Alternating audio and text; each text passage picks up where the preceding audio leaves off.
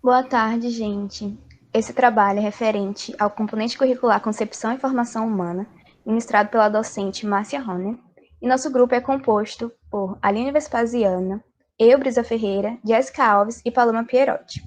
Nós ficamos com o caso 4, que se refere à segunda semana do desenvolvimento humano. Pode passar. Bom, para embasar o caso 4, nós temos a seguinte imagem, que se refere ao corte frontal através do endométrio do útero, mostrando o blastocisto com aproximadamente 8 dias após a fertilização, que é mais ou menos nesse período que ocorre a diferenciação do trofoblasto e também a diferenciação do embrioblasto, que nós vamos ver mais a seguir. Pode passar. Para guiar o caso 4, nós temos as seguintes questões. 1. Como ocorre a implantação do blastocisto? 2. Descreva a formação da cavidade amniótica, do disco embrionário e da vesícula umbilical. 3. Explique como ocorre o desenvolvimento do saco coriônico. 4. Uma mulher com 23 anos de idade consultou o médico por causa de uma forte dor abdominal na região inferior direita. Ela relatou não ter tido 2 menstruações. Foi feito o diagnóstico de gestação ectópica. A partir desse caso, nós iremos responder as questões. Quais técnicas podem ser utilizadas para confirmar esse diagnóstico? Qual é o local mais provável de uma implantação extrauterina? E como você imaginaria que o médico trataria essa condição? Pode passar.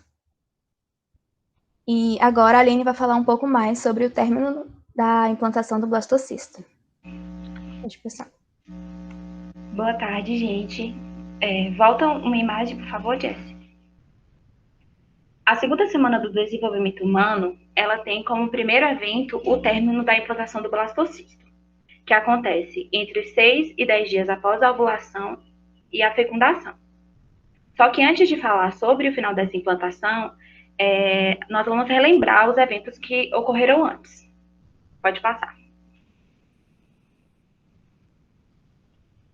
Nós já vimos sobre como ocorre a fecundação, né? Sobre o processo também de clivagem, na qual o zigoto ele vai passar por sucessivas divisões mitóticas, que é o estágio de 2 células, o estágio de 4 células, de 8, até chegar à fase de mórula, e vimos também como é o processo de formação do blastocisto.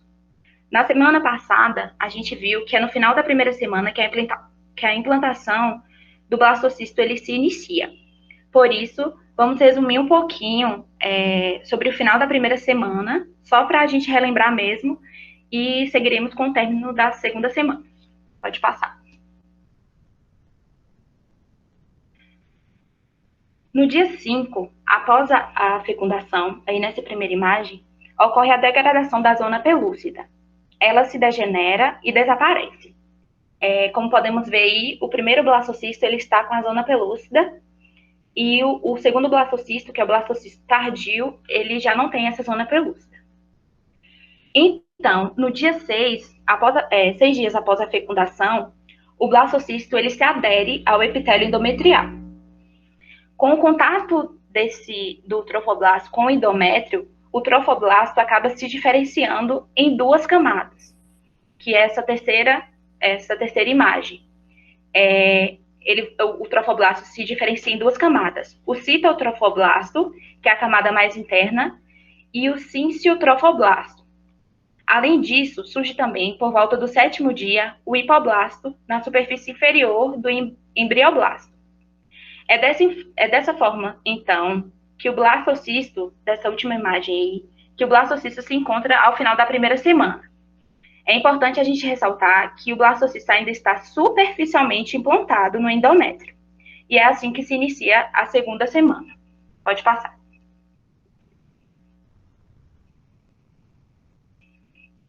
Notem nessa primeira imagem que no dia 8, o sinciotrofoblasto ele já está bem maior.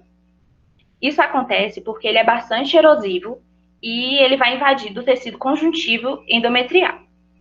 Além disso, as células endometriais elas também sofrem apoptose, que a apoptose é a morte celular programada, o que vai facilitar essa invasão. Vou falar um pouco mais sobre o sinciotrofoblasto e o citotrofoblasto. O termo cíncio, de sinciotrofoblasto, significa que as células elas vão atuar em conjunto, nesse caso aí do sinciotrofoblasto, as células perdem suas membranas e vão agir como células multinucleadas invasoras. O citotrofoblasto ele é importante nessa questão porque, assim, ele é uma camada interna mitodicamente ativa que forma novas células que vão migrar para a massa crescente de sinciotrofoblasto. Aí essas células vão se fundir e vão perder suas membranas. Por isso, então, vocês podem perceber nessa primeira imagem que o sinciotrofoblasto ele não possui limite celular visível. Então, os mecanismos moleculares da implantação envolvem uma sincronização, e isso é muito importante. Envolve uma sincronização entre o blastocisto invasor e o endométrio receptivo. E como é que esse endométrio ele se torna mais receptivo, né? Existem algumas moléculas, hormônios, enzimas e algumas microvilosidades que possuem essa função de tornar o endométrio mais receptivo. Vou dar uns exemplos. São as citocinas, moléculas de adesão celular, que são as integrinas, alguns hormônios, como a gonadotrofina, entre outros. Um outro fato importante também é que são as células endometriais que ajudam a controlar a profundidade e também a penetração do blastocisto. Já no dia 9, com essa segunda imagem aí, há o surgimento das lacunas. O que são essas lacunas, né? Essas lacunas, elas são pequenos espaços no sinciotrofoblasto preenchidas por uma mistura que é de sangue materno e de restos celulares das glândulas uterinas que foram erodidas. Esse sangue materno é proveniente dos capilares endometriais rompidos. Uma outra coisa que é importante falar também é que muitos acontecimentos, eles ocorrem concomitantemente um ao outro. Deixa eu explicar melhor. Por exemplo, nessa primeira imagem aqui desse slide, vocês podem perceber que há o surgimento do epiblasto. Na segunda imagem, há o disco embrionário laminar e a vesícula umbilical. E por que isso? Isso acontece porque durante a implantação, concomitantemente, ao mesmo tempo, também ocorre o surgimento de outras estruturas. Só que nós do grupo, nós resolvemos seguir a direção do livro de referência, né, que é o Moore, o Persaldio e Toshia, né, desses autores. E por isso que a gente vai falar mais tarde sobre a formação dessas outras estruturas. Pode passar. Finalmente, no dia 10, o blastocisto, ele penetra o epitélio endometrial. Com essa implantação, essa penetração, há uma falha devido à passagem desse blastocisto. Mas aí essa falha ela é preenchida por um tampão. Na verdade, esse tampão é um coágulo sanguíneo fibroso. E lá por volta do dia 12, essa falha é reparada. Aí agora a gente vai mostrar um vídeo ilustrativo para ficar melhor de visualizar a questão, né? A implantação.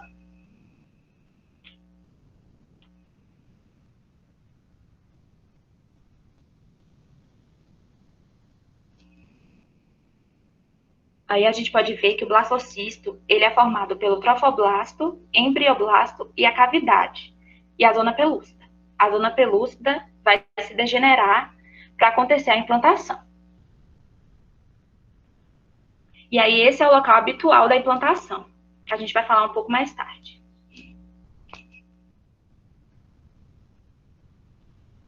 Aqui, o blastocisto ele está superficialmente aderido ao endométrio, que é o final da primeira semana.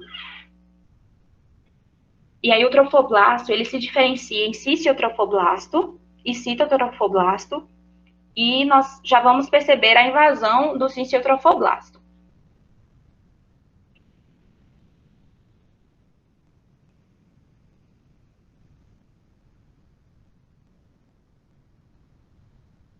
Aqui nós vamos perceber que, como eu falei, as outras estruturas que surgem concomitantemente ao processo de implantação, né? Como o epiblasto.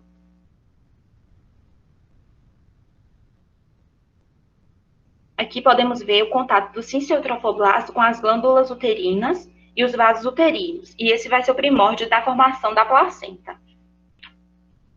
Também aqui vamos ver as lacunas, né? Formadas no dia 9.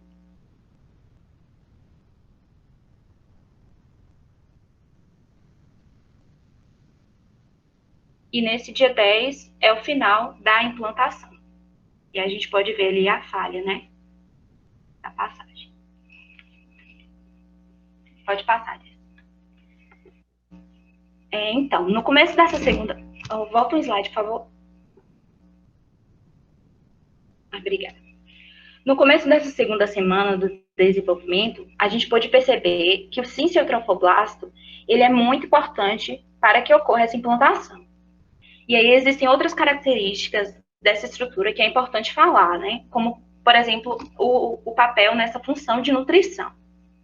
As células do tecido conjuntivo, que na imagem vocês podem ver em azul, eles ficam ao redor do local da implantação e acumulam glicogênio e lipídios. Quando essas células se degeneram por conta da invasão, o sinciotrofoblasto ele vai engolfar essas células, que acabam servindo como uma rica fonte de nutrientes para o embrião. Outro fato importante é que o sinciotrofoblasto ele produz um hormônio glicoproteico, o HCG, que esse HCG ele vai entrar na circulação sanguínea materna através das lacunas no sinciotrofoblasto. É o HCG que vai manter a atividade hormonal do corpo lúteo no ovário. Só para relembrar, o corpo lúteo é uma estrutura glandular endócrina que secreta estrogênio e progesterona para manter a gestação. E aí, o teste de gravidez, ele vai ser feito, né, por radioimunoensaios, que analisam as reações antígeno do corpo, e que são altamente sensíveis e são usadas para detectar esse HCG produzido pelo sinciotrofoblasto. Desculpa. E aí, uma quantidade suficiente de HCG vai ser produzida pelo sinciotrofoblasto no final da segunda semana, e aí a gente isso pode resultar em um teste de gravidez positivo. E agora a Jéssica vai falar sobre a formação das outras estruturas. Boa tarde, gente. Eu vou falar sobre o desenvolvimento da cavidade amniótica, do disco embrionário e da vesícula umbilical. Dando continuidade na fala de Aline, no início da segunda semana, enquanto o trofoblasto se diferencia em citofoblasto e sinciotofoblasto, o embrioblasto também permite o surgimento de duas estruturas, o epiblasto e o hipoblasto. Lembrando que o embrioblasto era aquela massa celular que se compactou em um dos polos do blastocisto. Uma estrutura ficou voltada... Uma estrutura ficou voltada para a blastocele e a outra ficou voltada para a sincitofoblasto. A camada que ficou voltada para a blastocele foi o hipoblasto e a camada que ficou voltada para a sincitofoblasto foi o epiblasto. Vou mostrar a imagem aqui para vocês terem noção como é que foi formado essa estrutura, para onde que ela está virada. Aqui vocês podem olhar na imagem que o epiblasto aqui, ó, ele está voltado para o cincin, o epioblasto está virado para a blastocele, né, que é a antiga blastocele. Algumas células do embrioblasto formam duas vesículas, a amniótica e a vetinila primitiva. A vesícula superior, a amniótica, apresenta um soalho de contato, o teto da vesícula, inferior à vetinila. O soalho da vesícula amniótica é formado por um epitélio cilíndrico simples que contribui o epiblasto, enquanto o teto da vesícula vitelina é formada por um epitélio cúbico simples denominado de hipoblasto. A calota da vesícula amniótica é composto por células achatadas, denominadas de amnioblasto. Elas são derivadas do epiblasto e a vesícula vitelina primitiva por células derivadas do hipoblasto. A vesícula vitelina primitiva será posteriormente substituída pela vesícula vitelina definitiva. O embrião será formado pelos dois folhetos primitivos e o epiblasto e hipoblasto, os demais componentes formarão os anexos embrionários. Continuando a falar sobre o desenvolvimento, Durante a segunda semana, os epiblastos são deslocados pelo acúmulo de fluidos. Percebe-se um afastamento do epiblasto que vai praticamente para o centro do blastocisto. E por que isso acontece? É que vários fluidos começam a entrar dentro da cavidade, formando o que chamamos de cavidade amniótica. O amnion é um anexo embrionário que envolve a cavidade amniótica. Esse amadurecimento da cavidade surge a partir do afastamento do embrioblasto. Simultaneamente, ocorrem transformações morfológicas na massa celular interna, embrioblasto, formando uma placa bilaminar, chamada de disco embrionário, tendo duas camadas. Epiblasto, camada mais espessa, células colunares voltadas para a cavidade amniótica, enquanto a hipoblasto, ou enderma primitiva, ou endoderma primitiva, pequenas células cuboide adjacentes à cavidade blastocítica. O epiblasto forma o assoalho da cavidade amniótica. O hipoblasto forma o teto da cavidade exocelômica. Em torno do oitavo dia, células do hipoblasto migram para as superfícies internas do citotrofoblasto e em 12 dias surge a membrana de Helzer, delimitada pela cavidade blastocélica, formando o saco vitelínico, isto é, a membrana e a cavidade logo se modificam, formando o saco vitelínico primitivo. O saco vitelínico irá ficar entre o ectoderme, a ectoderme primitiva, que surgiu a partir do epiblasto, e entre a membrana de Helzer. A membrana de Helzer que vai dar origem à endoderme extraembrionária. Células do endoderme do saco vitelino dão origem à mesoderme extraembrionária, que envolve o âmnio e o saco vitelino, e é formado por células provenientes da linha primitiva. Durante a formação do âmnio, disco embrionário e saco vitelino primitivo, lacunas aparecem na cinciotropoblasto, que logo se enche com uma mistura de sangue materno e secreções das glândulas erógenas, nutrição. Eu fiquei também com a parte do desenvolvimento do saco coriônico. Então, o fim da segunda semana caracteriza pelo aparecimento de vilosidades coriônicas primárias. As projeções de células formam as vilosidades coriônicas primárias, primeiro estágio do desenvolvimento das vilosidades coriônicas da placenta. O celoma divide o mesoderma extraembrionário em duas camadas. O mesoderma somático extraembrionário forma o trofoblasto e reveste o âmnio. O mesoderma esplanítico envolve o saco vitelino. Essas duas camadas constituem o córeo, que forma a parede do saco coriônico, saco da gestação, dentro do qual o embrião, o saco amniótico, a vesícula umbilical estão suspensas pelo pedículo de conexão. Aqui é um exemplo para vocês da mesoderma somática extraembrionária, para vocês terem a noção como é que é essa estrutura. Então, gente, a ultrassonografia transvaginal é usada para medir o diâmetro do saco coriônico. É fundamental para a avaliação do desenvolvimento embrionário inicial e da progressão da gestação. Ela é usada para medir o saco coriônico, né? É importante para avaliar o desenvolvimento. Com 14 dias, o embrião ainda tem um formato de um disco embrionário bilaminar, mas em uma área localizada, as células são colunares e formam a área circular espessada denominada de placa pré-cordal.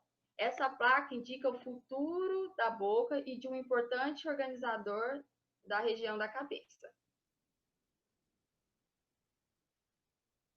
A colega vai ficar perto sobre os locais de implantação do blastocisto. Pode passar. Pode passar. Normalmente, o local de implantação do blastocisto, ele ocorre no endométrio, na região superior do corpo do útero, onde está marcado o X aí. Um pouco mais frequente na parede posterior do que na parede anterior do útero. Essa implantação, eu esqueci, acabei de esquecendo de falar no slide anterior, mas a implantação do blastocisto, em outros livros, alguns livros mais antigos, também é chamada de nidação. Nidar significa implantar. Então, essa implantação ela pode ser detectada por ultrassonografia e também por radioimunoensaios, altamente sensíveis, como eu já tinha mencionado, para HCG, já no final da segunda semana. Contudo, o blastocisto ele pode ser implantado em outros locais, que são as implantações extrauterinas. E agora a Paloma ela vai falar um pouco mais sobre isso.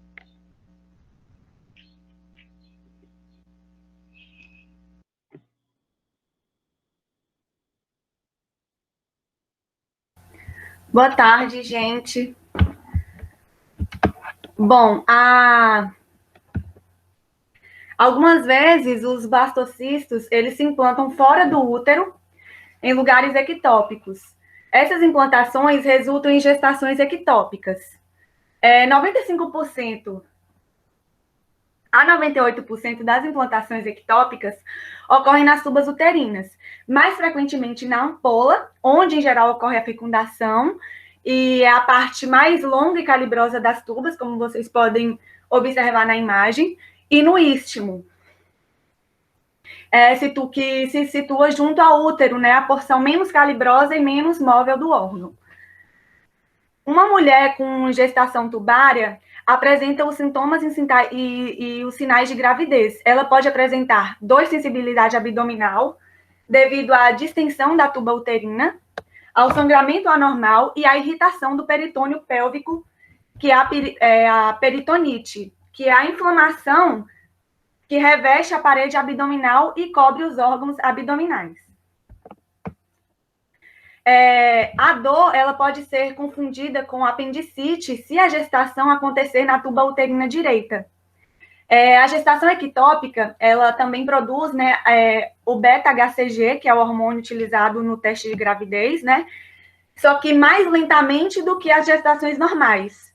E, consequentemente, as dosagens de beta-HCG, elas podem dar um resultado falso negativo quando são realizadas muito cedo, né?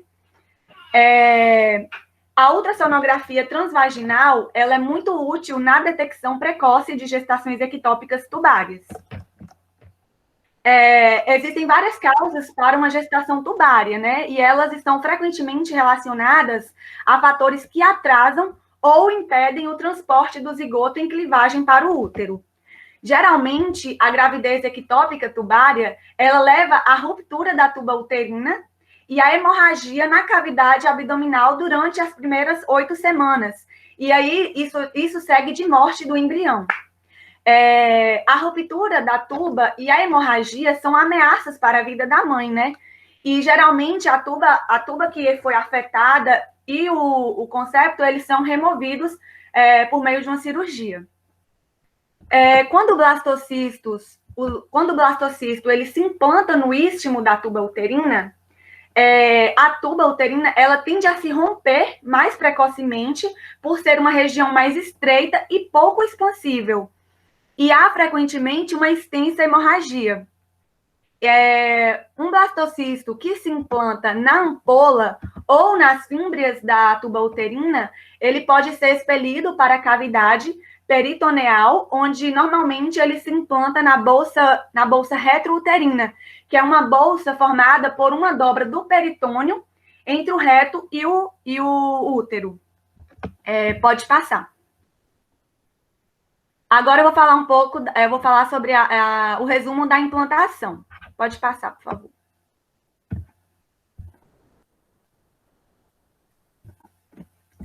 A implantação do blastocisto no endométrio uterino, ele inicia-se no fim da primeira semana e é completada no final da segunda semana. Então, a implantação ela pode ser resumida da seguinte forma. No dia 5, foi o que a Aline falou no início, né? No dia 5, a zona pelúcida, ela se degenera. O desaparecimento dela resulta do crescimento do blastocisto, né, que é o embrião que evolui até o 5º dia, e da degeneração causada por lise enzimática. As enzimas líticas, elas são liberadas pelo acrossomo dos espermatozoides e parcialmente elas penetram na zona pelúcida. No dia 6, o blastocisto, ele adere ao epitélio endometrial. No dia 7, o trofoblasto, que é a camada de células que forma a parede externa da blástula, né, que atua na implantação e nutrição, se diferencia em 2 camadas, como a Aline também falou. O sinciciotropoblasto, que é a camada mais externa de células, e o citotrofoblasto, que é a camada interna de células. Pode passar. Não, pode passar não. Continua ali. Por favor. Obrigada. No dia 8, o sinciciotropoblasto, ele provoca a erosão do tecido endometrial e o blastocisto, ele começa a se implantar no endométrio, né, que é o tecido que reveste o interior do útero. No dia 9, surgem as lacunas cheias de sangue no sinciciotropoblasto. Agora pode passar, por favor.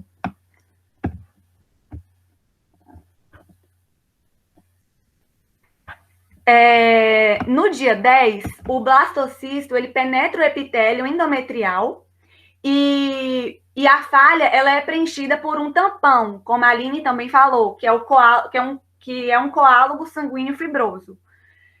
No dia 10 e 11, ocorre a formação da rede lacunar pela fusão de lacunas adjacentes. No dia 11 e também dia 12, o sinciciotropoblasto, ele provoca a erosão dos vasos sanguíneos endometriais, permitindo que o sangue materno entre nas redes lacunares e saia delas, estabelecendo, assim, a circulação útero-placentária. No dia 12 e 13, ocorre, né, a falha do epitélio endometrial, a falha do epitélio endometrial, ela é reparada, e no dia 13 e 14, as vilosidades coriônicas, né, que possuem capilares e que auxiliam na troca de nutrientes entre a circulação embrionária e materna, essas vilosidades coriônicas primárias, elas começam a se desenvolver. Pode passar, por favor. Agora a Brisa vai falar do resumo da 2ª semana. Bom, aqui tem os principais acontecimentos da 2ª semana, né? Que é a diferenciação do trofoblasto, a reação tecidual, que no caso são as mudanças que ocorrem no endométrio, justamente para adaptar os tecidos para receber, né, a implantação. Tem a formação da vesícula umbilical primitiva, o desenvolvimento do mesodermo extraembrionário, o desenvolvimento da vesícula umbilical secundária, a diferenciação do embrioblasto e o desenvolvimento da placa pré-cordal. Pode passar. Aqui, nesse slide, a gente consegue ver melhor um pouco dessa evolução que ocorre na 2ª semana, né? Na primeira imagem, a gente consegue ver já a diferenciação do trofoblastos, que as células que estavam em contato com o endométrio, elas começam a se proliferar e a invadir o endométrio, né, formando uma camada de células que a gente denomina de sinciciotrofoblastos. As membranas dessas células acabam se unindo, formando uma camada de célula com vários núcleos. As células que não estavam em contato, as restantes, elas passam a ser chamadas de citotrofoblastos, e também e forma essa camada. Na imagem a seguir, na 2ª imagem, a gente já consegue observar a diferenciação do embrioblasto, que também vai se diferenciar em 2 camadas. No caso, a camada superior, que é essa parte de azul claro, a gente chama de epiblasto. Já a camada inferior, que é essa amarela, nós chamamos de hipoblasto. No epiblasto, forma-se uma cavidade, que é a cavidade amniótica, que é revestida por células que a gente chama de anioblastos. Elas acabam produzindo e armazenando a substância viscosa que a gente chama de líquido amniótico. O epiblasto e o hipoblasto, eles formam o disco embrionário bilaminar. Na imagem a seguir, a gente consegue ver a formação do saco vitelino primitivo, né? Que a cavidade do blastocisto agora passa a ser a cavidade exocelômica, ou no caso, o saco vitelino primitivo. Por quê? Porque as células do hipoblasto, elas começam a se proliferar e a migrar, formando uma membrana colada no citotrofoblastos, que a gente chama essa membrana de membrana exocelômica. Já na imagem a seguir, a gente consegue reparar que o sinciciotropoblastos, ele aumentou bastante e entrou em contato com os vasos sanguíneos maternos, né? E já que nessa fase, o embrião ainda não possui vasos sanguíneos próprios. Então, ao entrar em contato, esses vasos eles se dilatam e acabam penetrando no sinciciotropoblastos e serve para a nutrição do embrião. Na imagem a seguir, na quinta imagem, a gente já consegue ver a formação do mesoderma extraembrionário, que é essa região que fica entre a membrana exocelômica e os citotrofoblastos. Existem dois tipos de mesoderma que vai variar de acordo com a localização. Por exemplo, a membrana que está em contato com o mesoderma que está em contato com a membrana exocelômica, a gente chama de mesoderma extraembrionário esplânico. Já o mesoderma que está em contato com os citotrofoblastos, a gente chama de mesoderma extraembrionário somático. A gente consegue ver também agora, já na imagem a seguir, a formação do saco vitelino secundário, né? Que ocorre após a formação da cavidade coriônica, como a gente viu. Que várias cavidades vão se juntando a ponto de formar uma cavidade só e formando, assim, o saco vitelino secundário.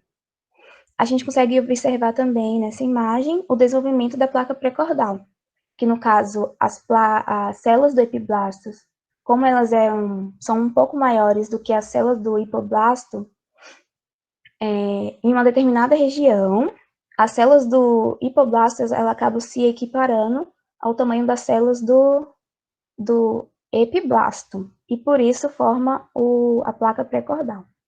Pode passar. Bom, aí tem a placenta prévia. No caso, a implantação do blastocisto no segmento inferior do útero, que é próximo ao ósseo interno do colo, acaba resultando na placenta prévia, que é uma placenta que cobre parcial ou totalmente o ósseo. Essa placenta, ela pode causar sangramento por causa de sua separação prematura durante a gravidez ou no momento do parto.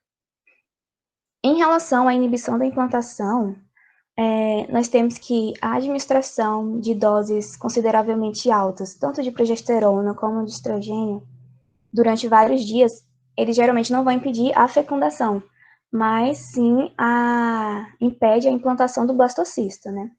E grande quantidade de estrogênio acaba perturbando o equilíbrio normal entre estrogênio e progesterona, que é necessário para a implantação, a preparação do endométrio para a implantação do blastocisto, né?